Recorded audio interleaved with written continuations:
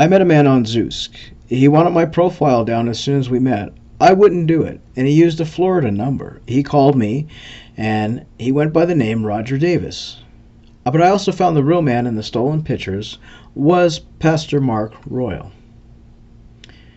I actually thought I was getting a ring, a dress, and getting married in my church. I really thought I was getting him at the airport, but alas, another disaster. He needed $1,000 to get on the plane. I had no more money, but I saw my dreams collapsing and I still believed him. So I made him a promise I would get right back to him right away. So I sent him my whole Social Security check for the month. But yet another holdup. He was in Egypt and he said because I held things up, his visa expired, and that he was going to cost another $1,000 to pay penalties and fines to get out of the country.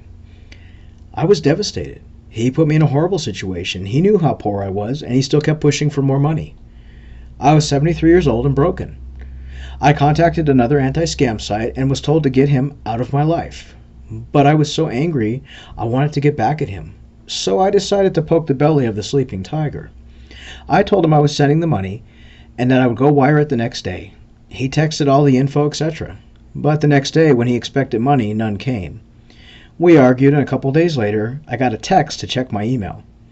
There I found an email that said I had 24 hours to send $1,000, or a risque photo I had sent would be sent to all of my Facebook friends and my church friends. I had no money, so I stayed quiet. A week later, I got a call from my pastor. She asked if I knew about the nude photo of me. She said she had gotten one, and she got calls from other church members. Another anti-scam group got the photo taken down as soon as possible. But I was crushed and terrified of what these horrible people would do. He went from loving me to hatefully ruining me.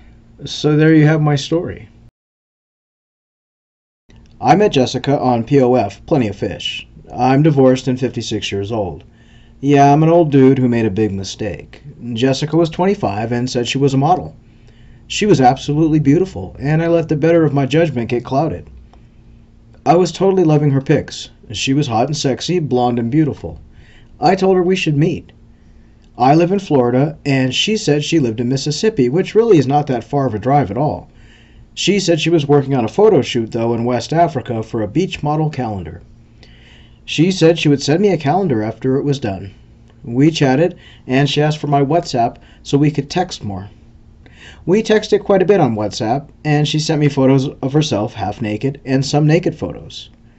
We had some very X-rated texting conversations, and I'm sure this woman was absolutely wanting me. I wasn't looking for a serious thing, but if it turned into one, then great. She said she would be in West Africa for 3 more weeks for the photo shoot and then come home. I told her I would pick her up at the airport if she wanted when she returned. We would chat late into the night. Then, one night, she stopped talking and came back nearly an hour later.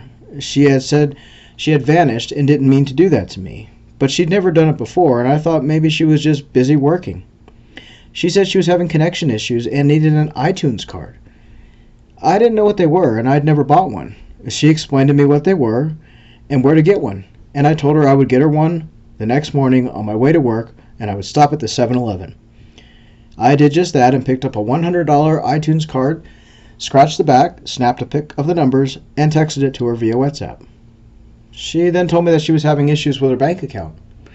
She said that in West Africa, since she's an American tourist working, she couldn't access and use her bank card at the local ATMs, and it was frozen.